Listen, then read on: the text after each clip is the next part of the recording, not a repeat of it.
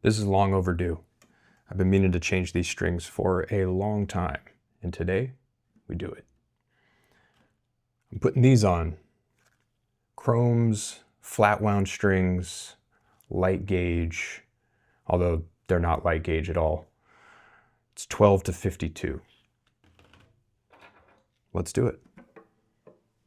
We're just going to chat about some stuff, chat about guitar, change these strings.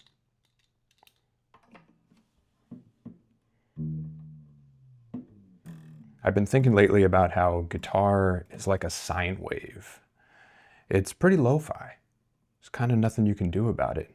Even if you go for kind of an 80s kind of sound and put a bunch of chorus and reverb and everything, it still doesn't really hold a candle to what a lot of synths and kind of more technological kind of sounds can do.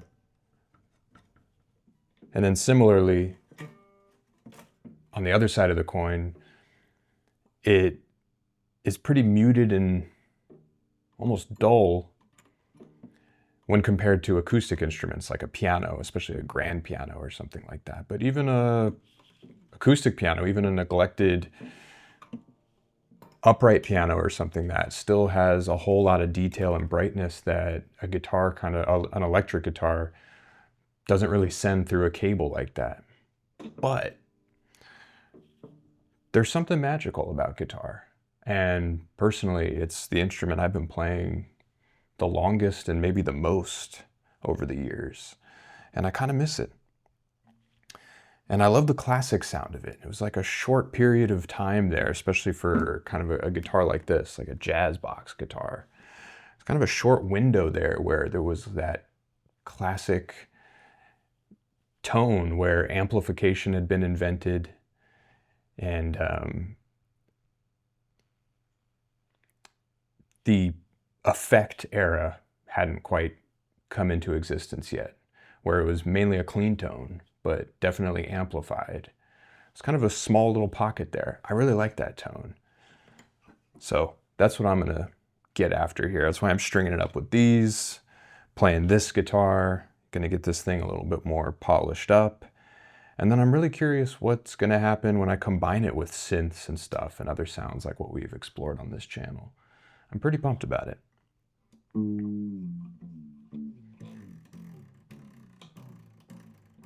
Let's see, I'm going to take all these strings off except for the middle one because this bridge moves. So if I move that, then all the intonation is going to get thrown out of whack. So I'm definitely not going to take the middle string off until the other ones are on.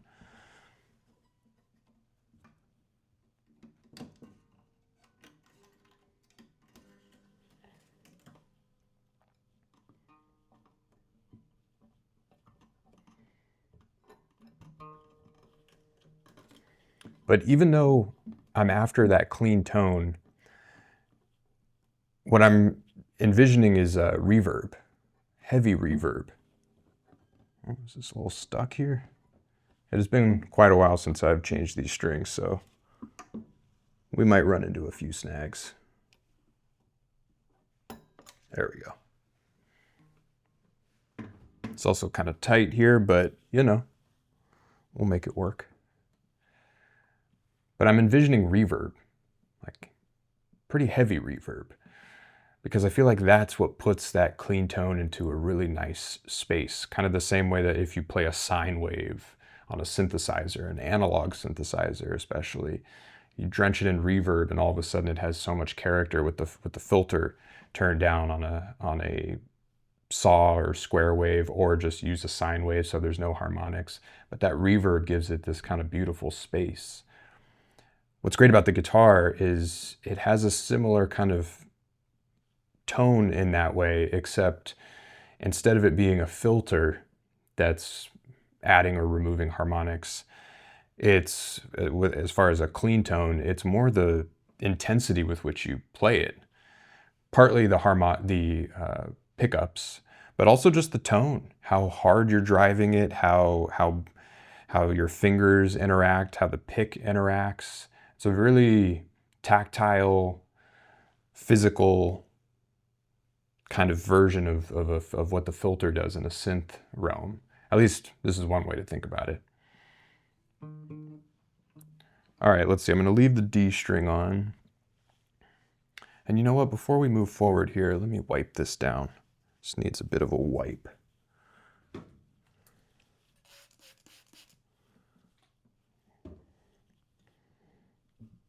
So I'm excited to explore how that kind of dynamic, using it with reverb, is going to interact with different kinds of ensembles or textures in terms of production. For example, combining it with a synth. How does that clean tone interact with a synth? Or how does it interact with a piano in kind of a classic way? And then leave maybe more room for the guitar to be a little bit more affected. Because I have always loved chorus on a guitar, in kind of a classic jazz fusion kind of tone. Although the one thing about chorus is that it does tend to remove a lot of the personality of the player in a way, and in its place it just puts chorus. The sound of chorus is kind of pretty one-dimensional. In other words, when you put chorus on a guitar, it kind of just sounds like a chorused guitar. We'll see. I'm going to play around with that. But other effects like flangers and things like that, they're fun, but I don't know. I always end up using it for about 15 minutes and then I kind of like, okay, yeah, that's that effect. Cool. This is also kind of what I'm envisioning, is exploring the more kind of jazz realms of genre, whether it be jazz house or kind of like jazz hip hop or just straight up jazz, kind of a drum and bass, basically the jazz flavors across the entire tempo spectrum, which is kind of what's great about the jazz flavor, is that, I guess in large part thanks to sampling, drum and bass productions have sampled jazz, house productions, hip hop. There's pretty much any genre of electronic music has delved into jazz records. So it makes the jazz flavor and the jazz sound and the jazz palette pretty flexible and multi-purpose in the realm of making electronic music or sample music or just whatever you want to call it, just tracks. So I want to do more of that, but I kind of kept finding that when I was only playing keyboards, synths, I kind of felt like I didn't have a anchor point in terms of an instrument that kind of could be the main voice. I liked using woodwinds and brass, trumpets, saxophones, flutes. Those are great for being a focal point within those kinds of sounds, but creating those sounds with VSTs and sample instruments can be tough, because if you've ever played around with brass sample instruments and stuff like that, I would say they're some of the most difficult sounds to create a satisfying version of digitally. Although there are some great ones out there. But guitar is kind of what rang true to me in that way. So I was like, what if I put guitar as the focal point? It felt right. So that's what I'm going to get into as far as those genres go in the immediate future here. But first things first, we got to make this guitar fun to play, which starts with changing these strings and dusting it off. All right.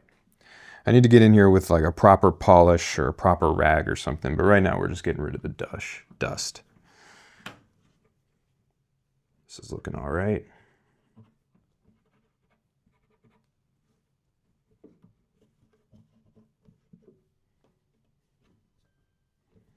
All right, let's see. That's the other thing I'm curious about, is how can I use these sounds, not just guitar, but all these electronic sounds, that comes from a jumping off point of electronic instruments versus a jumping off point of acoustic instruments. Because that tends to be kind of a line in the sand in a way. For example, if you use acoustic piano, upright bass, and kind of brushed drums, or just a real acoustic drum kind of sound, it goes immediately in such a direction. It feels like the jazz flavor, it feels like funk, it feels like soul, in a very 50s, 1960s, 1970s kind of way. Whereas when you start with electronic instruments, like a synthesizer, a DX7, even analog synthesizers like a Moog or an ARP 2600 or things like that, or just VSTs, when you start there, it tends to be difficult to get past that barrier in the eras. You kind of are starting at the 80s, 90s, into the present. So it's interesting how the sounds that we all use, I think, relatively interchangeably. I don't think most people, including myself, think too hard about whether it's acoustic or electronic in terms of that timeline of the development of the instruments over the decades when you're making a track. I don't think, I'm not too preoccupied with it usually, although lately I have become more aware of it. Might be partly because as trends and sounds and styles keep recycling over and over, honestly faster and faster, as kind of the internet becomes this just singularity of trends and styles, I am almost inspired or compelled to try to give myself a little bit more of an anchor point. For no other reason other than just to kind of make the space, the sonic space, the kind of setting in which I'm imagining the music I'm making kind of existing, to make that more vivid, to be able to envision that more vividly. Which, you know, it's just fun to do that, that's all. All right.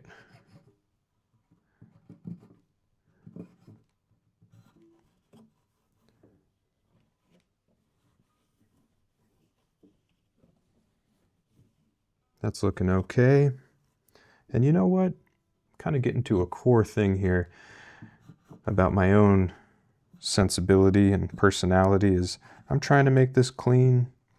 I could take this all apart and really polish it, but you know what? I'm not going to, because there's something about a little bit of grime that I want.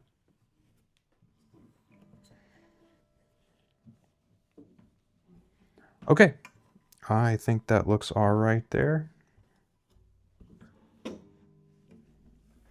Let's go ahead and get the sides. And you know, another thing about the touchstone of what instrument can be the focal point is there's something really satisfying about when you have an instrument or a sound where it really responds to your touch, to the tone, that the tone is really a result of your touch. It's a hard pill to swallow sometimes because it would be nice if the tone came from the instrument, the amp, the circuit, the filter, the oscillator, whatever it might be, the drum, the strings, all of the things that are easy to modify. And it would be nice if those were the things that actually produce tone, because then you could just go out there and just choose whichever tone you wanted, and you could have that tone. But the truth of the matter is that the tone really just comes from the individual. And it's a sum of a bunch of generally immeasurable qualities and habits and choices. And I think guitar might be a great example of that. The same guitar could be played by 100 different people and it would sound 100 different ways. And the same is true of a lot of physical instruments. Same is true of a piano, although in a different way. For sure of woodwinds and brass, although when you play those digitally, you're definitely not getting the same level of individuality. So I was kind of craving that lately, is wanting a sound that was really generating an individual sound based on the way that I'm playing it.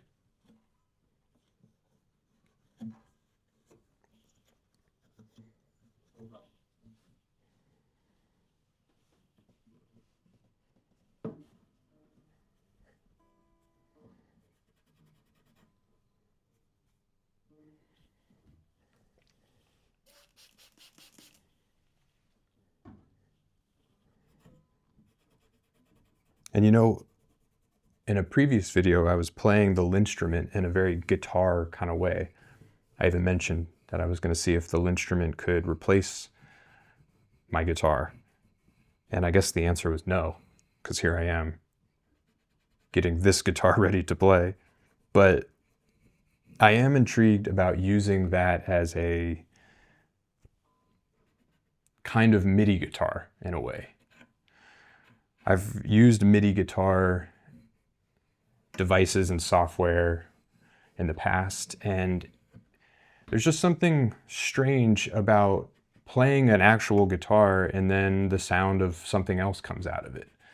I think with keyboards, we tend to be kind of used to that experience. When someone plays a keyboard, as long as it's not a piano or a Rhodes maybe, you kind of expect to just accept whatever sound's coming out of it. Someone plays a keyboard like the one right here, a string sound comes out, and I think most people are accustomed to accepting that. Yeah, that's what that does. That's a synthesizer, that's a keyboard.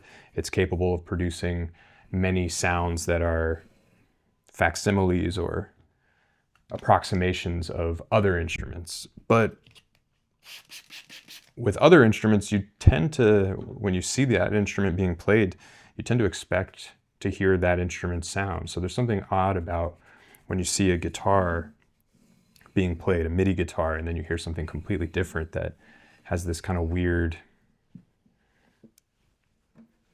gives me this weird sensation, this kind of somewhat uncanny valley kind of thing. And in general, just is a little unsatisfying on some weird level that I can't even quite fully describe.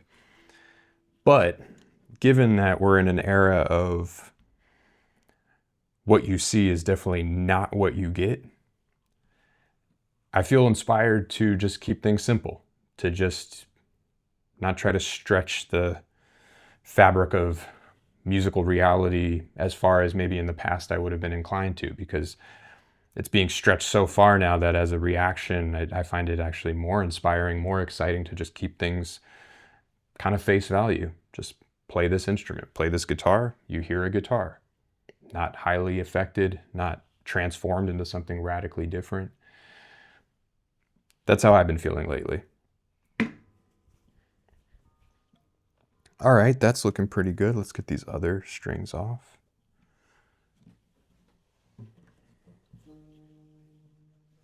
Ooh, this is too tight of a space to be doing this, but you know, I wanted to chat about it while I did it, so here we are.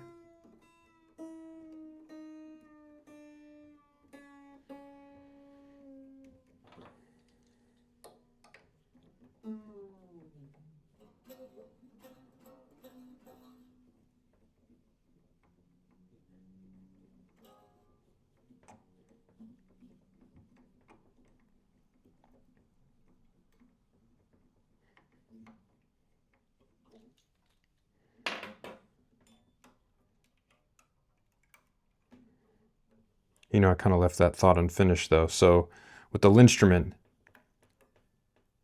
I want to use that as the MIDI guitar. Because when I see the Linstrument being played, I'm not sure what kind of sound it should be making. Kind of whatever sound comes out of it is, I'm like, yeah, okay, I accept that, because it's such an unusual and new instrument in a lot of ways.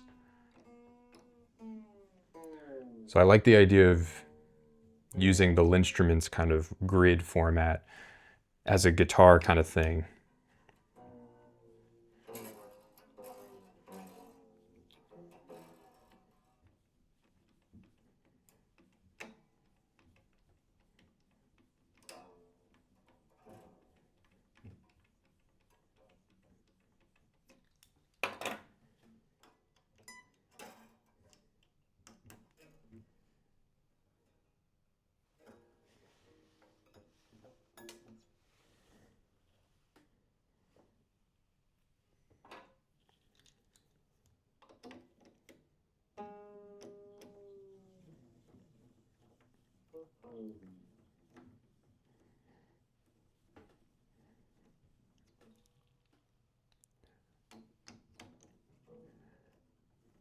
I'm tuning this up with standard tuning,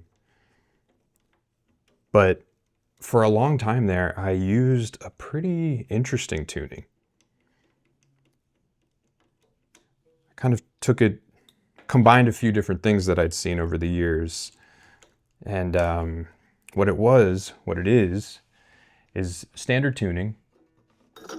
So a low E string, A string, D string, G string, B string, but instead of the highest E string, I was taking a G string, an additional G string, putting it there and tuning it down to E, which made it so that it was an octave above the lowest string. So essentially you had E, A, D, G, B, and then E that was one whole tone above the D string. And it made it so you could play close position voicings, like cluster voicings. I played that for a super long time, and it is one of my favorite tunings, but instead of doing that for this, I wanted, like I've been saying, to kind of get back to some basics here in a way, get back to simplicity, not try to transform it into something else. But I will definitely be restringing either this guitar or another one of my guitars that way and playing that shortly. That's pretty cool. If anyone out there is a guitarist,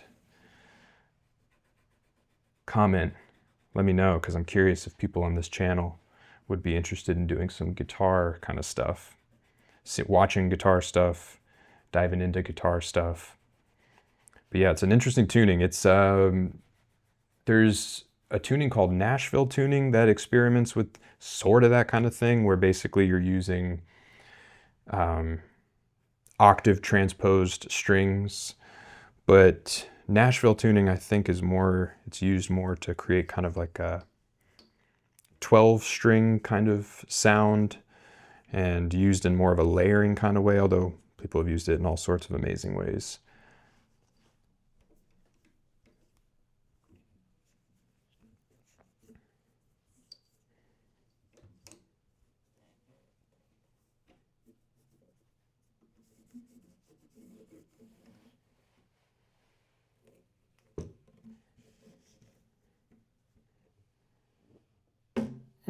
Knocking it all around here. It's okay though.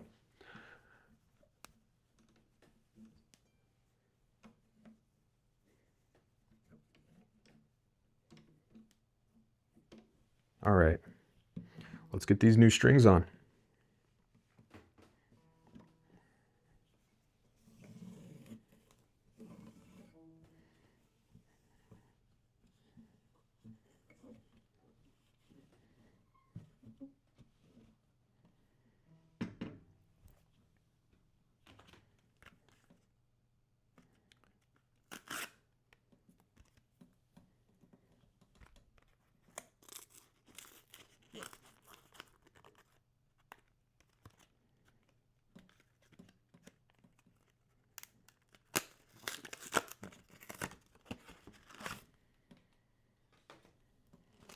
All right, let's see.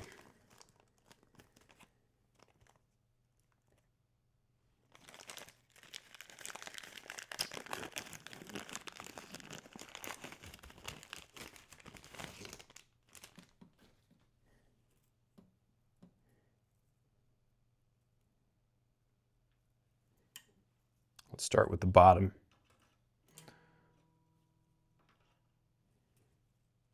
Let's see, what is that, brass? I believe so. Yes.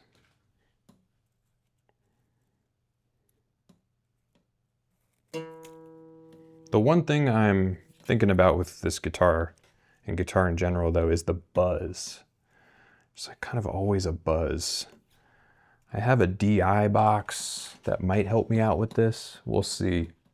That's the one thing that bums me out sometimes about guitars, the grounding problem. I know there's ways to fix that, but I'm not that interested in going into electrician mode, honestly.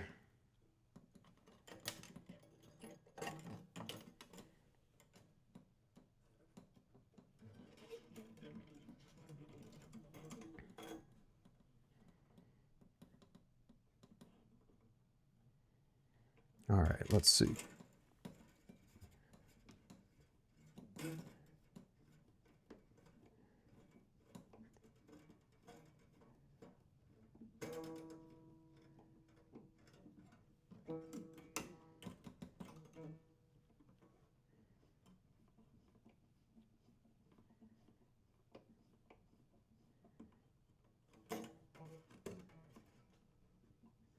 There is something nice though.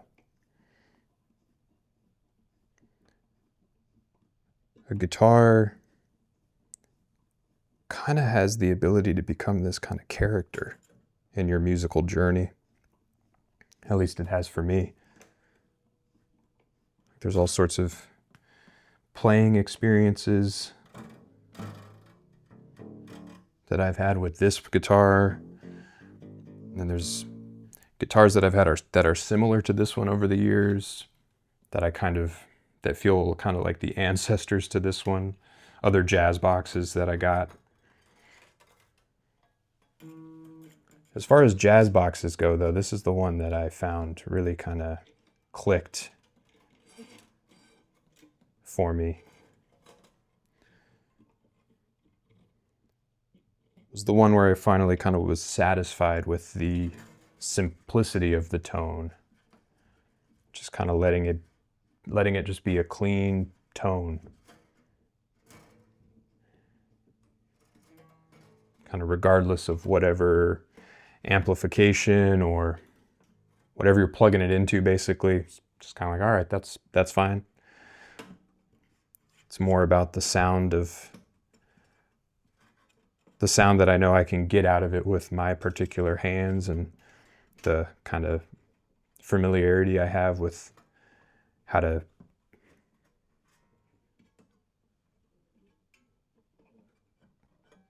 play it.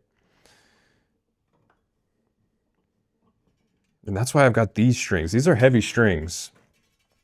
Over the years, I've tried to use lighter strings, but every time I do, I don't know what it is. I think I'm just used to and really like the feeling of a nice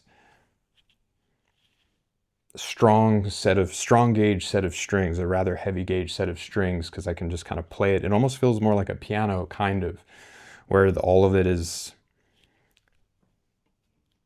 ready to be just kind of triggered, like with the pick hand. Versus with light strings, I feel like so much of the sound and the interaction with the instrument is with this hand, is with the fretting hand, where now all of a sudden too much pressure or too little pressure is going to detune or sharpen the sound, or I'll be able to too easily hammer on and pull off. I kind of like the sound of a heavy gauge where I can just lean into the picking and get a consistent kind of attack, more or less. But it is harder to play for sure.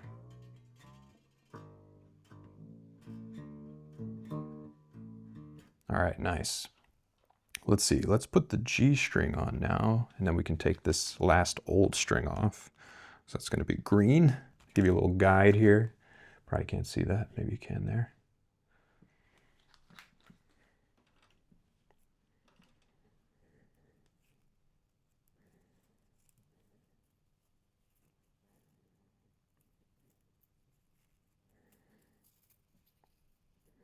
But I've got a sound in mind for what I want to do with this first, I think.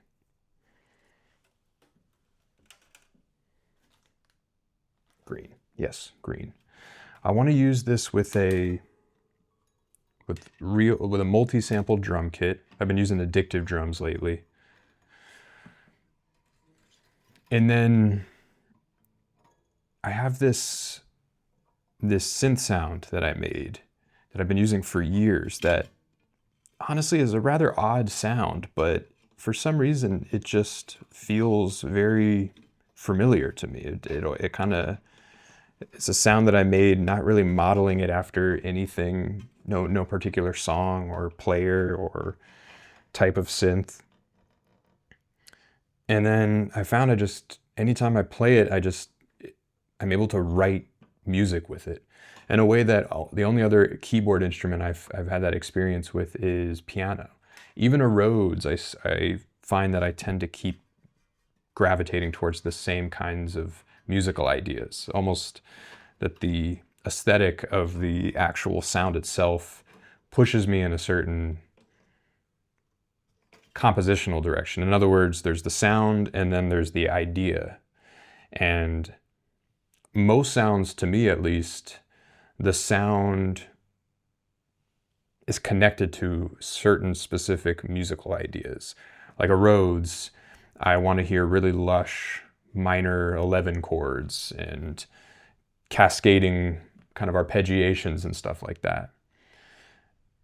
And when I do other things, it feels like I'm almost swimming against the current of the instrument. Of course, that's just me. You could obviously do whatever you want with it, but my experience with the instrument is like that.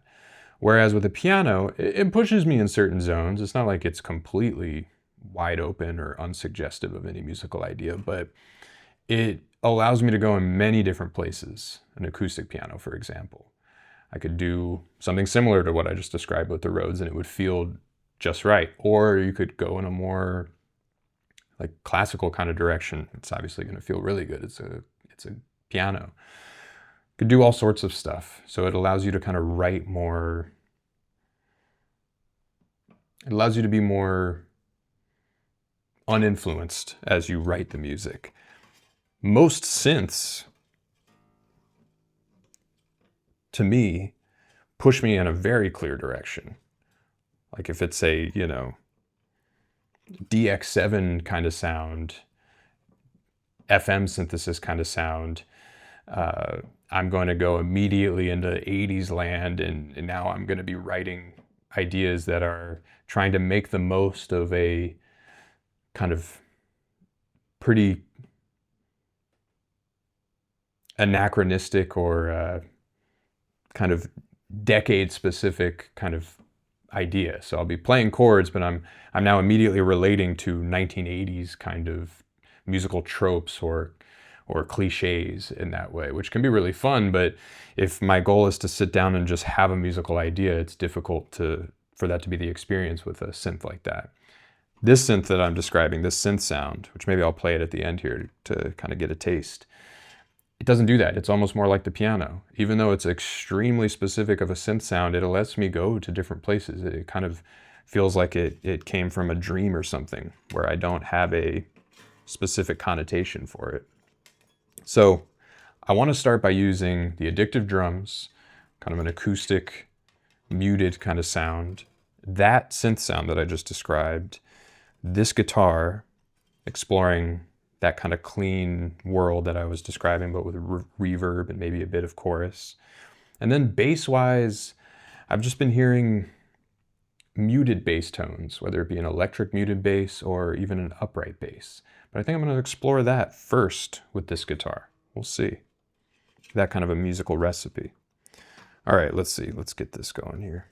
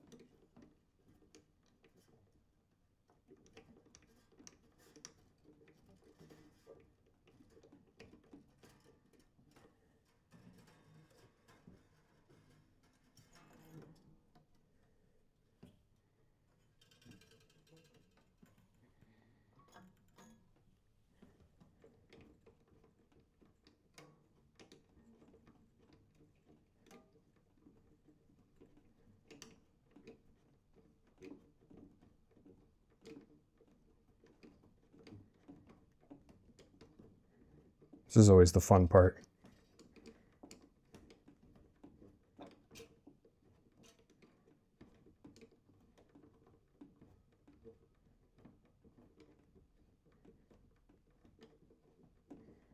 All right.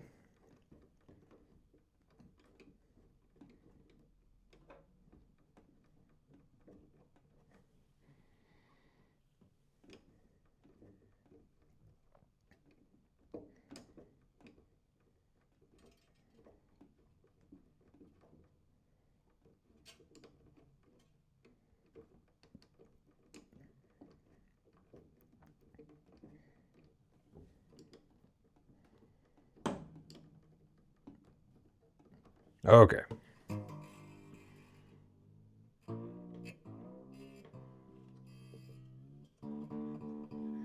Now let's take this string off.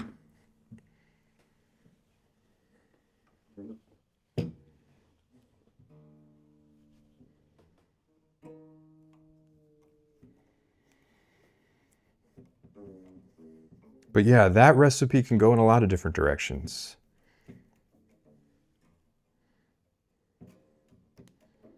Been liking the idea lately of exploring different project names for different, even if the music is basically the same recipe, if the tempo's different, just giving it a different name, because I feel like most people these days, maybe that's the case, I don't know.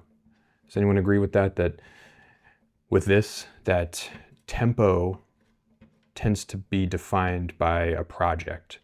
So a project will typically sit at one, when I say a project, I mean like an artist name, a band. They typically explore one tempo region. Maybe that's just my observation from what I've been seeing, but that's what it seems like. And then another project would be in the house zone, 120 beats per minute, or 150 beats per minute might be something else. Because that's how I look at tempo, is that there's basically 3 tempo zones. There's obviously variations and in-between zones, but to me there's 3 main tempo zones. There's approximately 85 beats per minute up to about maybe 110 beats per minute. And that's all kind of the realm of, for lack of a better catch-all term, like hip-hop, where the hip-hop maybe sweet spot is somewhere in the 90s, the low 90s, somewhere like that. But then if you lower the tempo, you kind of maintain the same vibe, but now you're just kind of reducing the energy level bit by bit. You get into like R&B-ish kind of territory, which is similar recipe, you just have more space in between each beat now. So there's more room there's more minutes and seconds time to play with. Let's see, we need the black one, which is D. Here we go.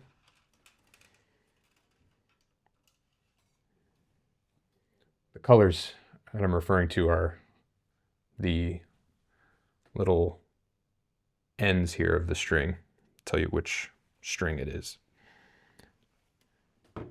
And then if you raise that tempo of tempo zone 1 up to, as you get closer to 100, it kind of changes character, obviously becomes higher energy, and it starts to lose the head nod factor bit by bit as you approach tempo zone 2, which I think lives around 120 beats per minute, which is, for lack of a better term, house or disco. And it's true dance tempo. That's what people can genuinely dance to. Like dance in the sense of like dance floor, dance line, you know. Not just moving to a beat, but, you know, really doing moves and stuff, whatever that might mean.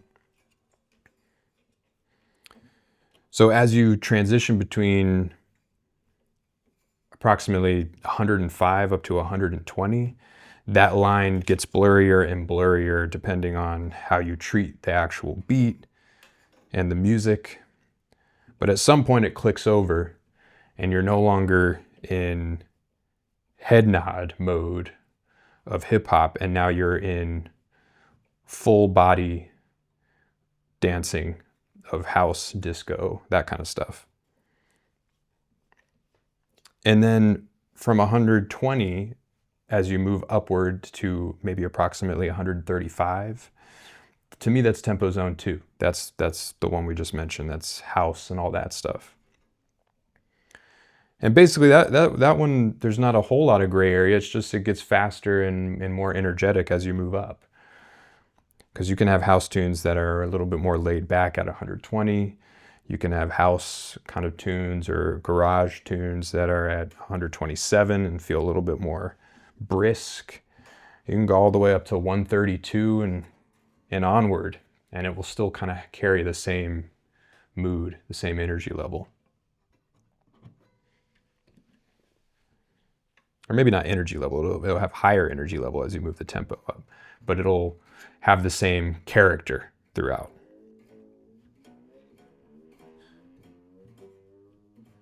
And then to me, tempo zone 3 is where that one leaves off. So approximately 136, and then onward up into like 150s for sure, all the way up to maybe 170-ish. To me, that's drum and bass territory, which is much higher energy, and you kind of lose the danceability in a way, and it becomes more just about movement of like kinetic energy.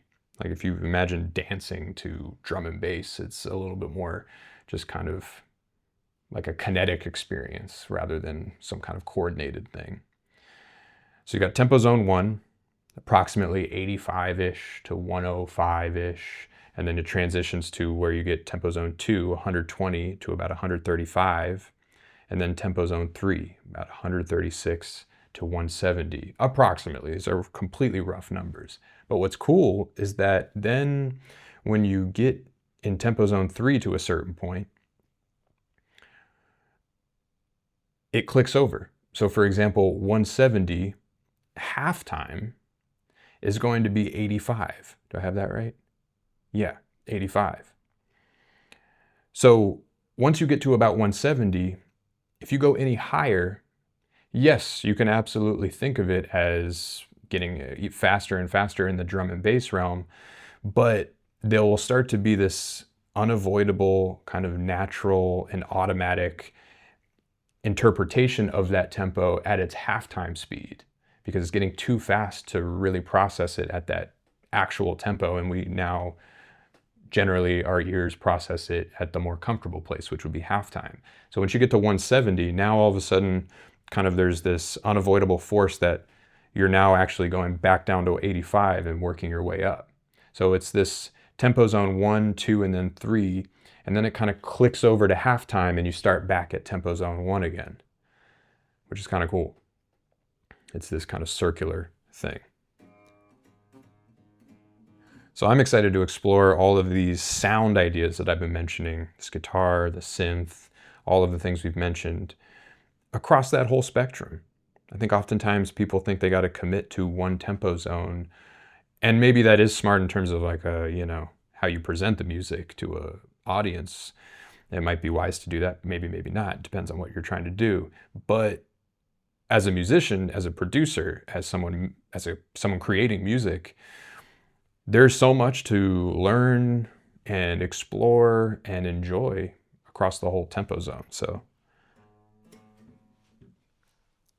go for it. Try it all. Do it all. All right, let's see. We got our purple guy here. That's the B string.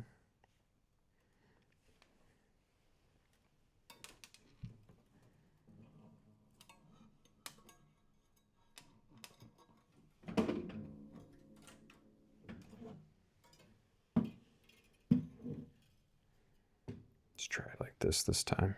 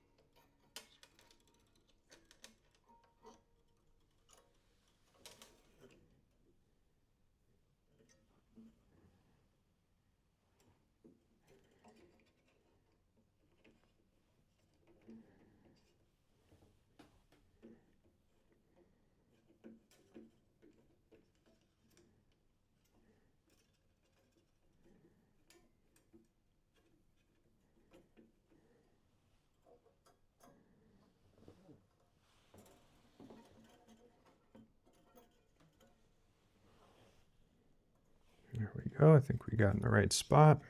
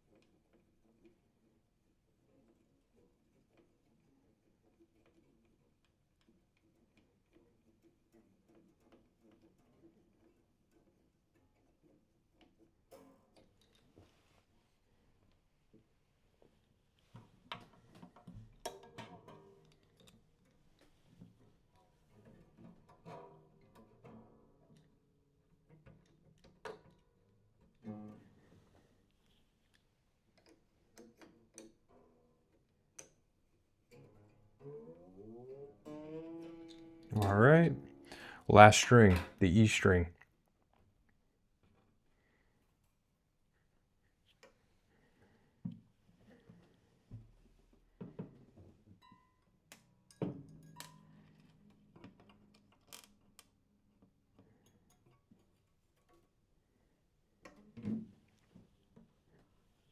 All right.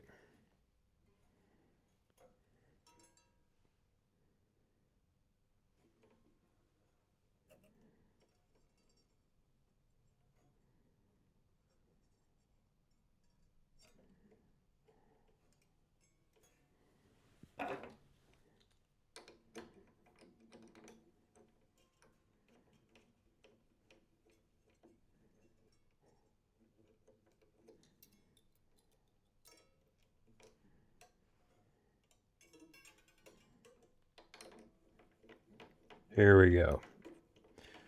E string. This is the one that I used to string for a while there, down an octave. If there are any guitarists, like I said, let me know if that's making any sense, because it's a pretty cool concept, I gotta say. The only reason I stopped was because I found that I was in situations where I needed to play the higher notes, which if you use that tuning, you kind of reduce the range a little bit, depending on what kind of guitar you have.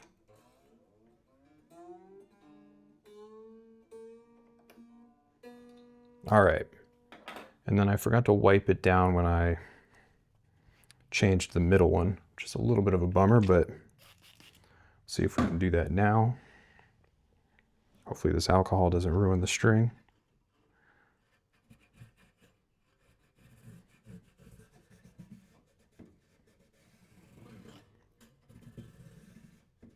All right.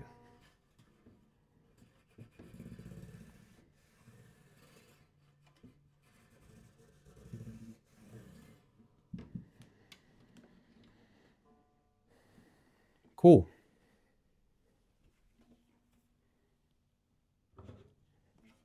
Let's tune it up and play. Let's do it with the piano.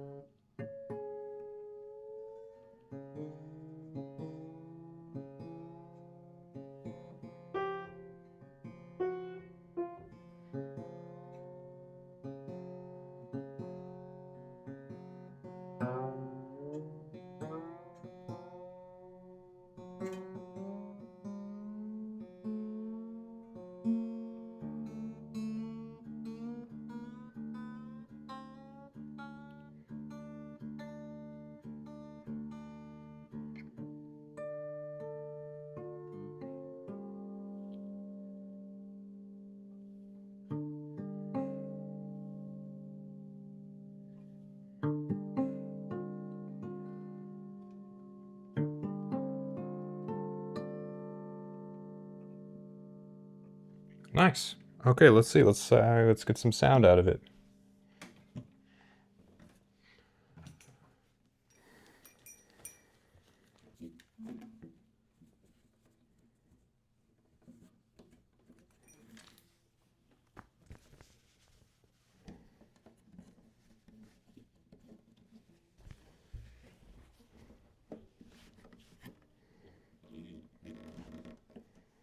Let's see. I'm gonna use a pick.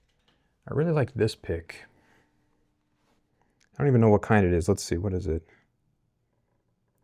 DeAndrea Pro Plec 1.5 millimeter. Yeah, this is the one I kind of gravitate towards more often than not.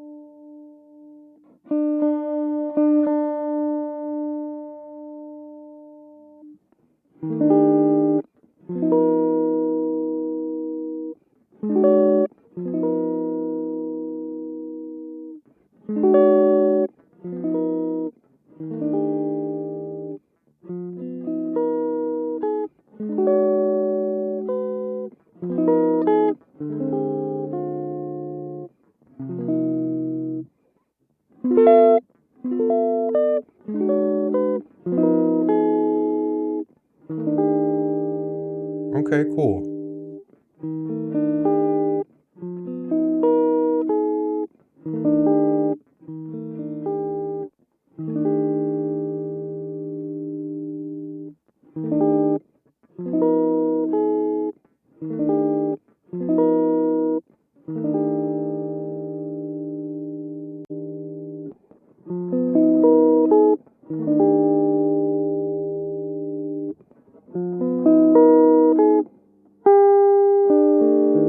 Nice. It's going to take a little bit for these strings to dull out a little bit because they're brand new, but I like that. This is kind of the tone I'm after.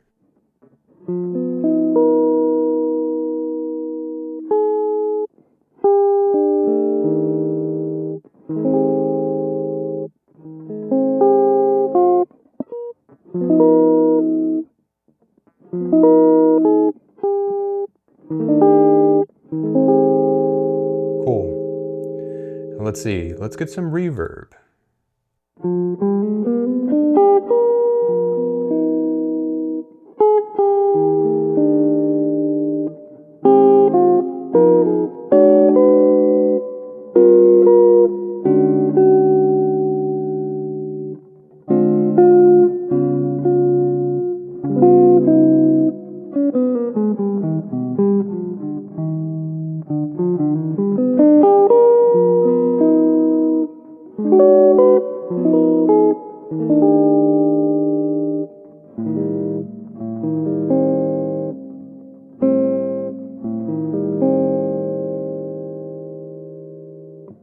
All right, cool. Let's try something here. Let's try the chorus, because we were talking about reverb and chorus. Let's see.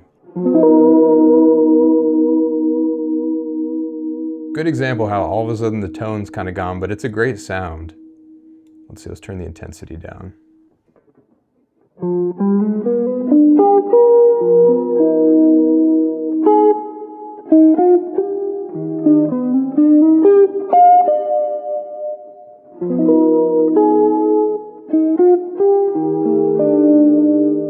All right, we'll keep it. Let's see, let's try classic. We'll turn it off for now. All right, let's see, let's get a drum groove.